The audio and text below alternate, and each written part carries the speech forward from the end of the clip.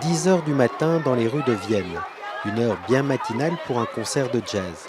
Et pourtant, ces écoliers venus de tout le département convergent par milliers vers le célèbre théâtre antique de la ville. Car aujourd'hui, en prélude au fameux festival de jazz, c'est à des enfants que s'adresse ce groupe de musiciens à travers une histoire de fantômes. Les fantômes des Allobroges. Nina, Ella, Miles, Monk, Coltrane et Louis.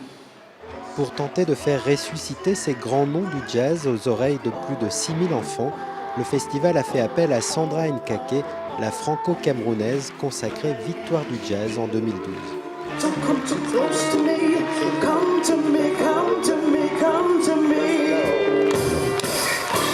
Avec son bagou et sa gouaille, la chanteuse et actrice n'a eu aucun mal à enflammer son très jeune public, conquis par son rythme et sa musique entraînante.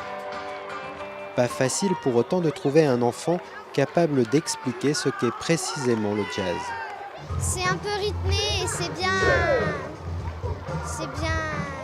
C'est un peu de la musique et aussi de la danse. C'est du jazz, enfin.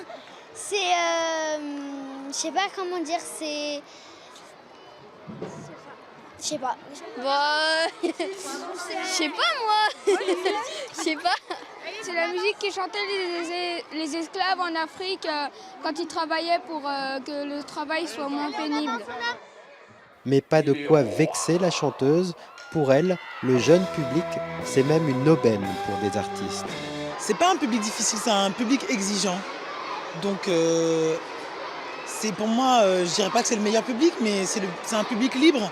Donc quand il aime, et quand il aime pas, il faut faire avec. Et je pense que ça nous remet sur la bonne vibration. C'est-à-dire qu'il ne faut pas partir faire un concert en se disant c'est acquis. Rien n'est jamais acquis. C'est d'ailleurs le titre du dernier album de Sandra Nkake, un avertissement en forme de conseil à suivre pour tous les artistes de jazz à Vienne.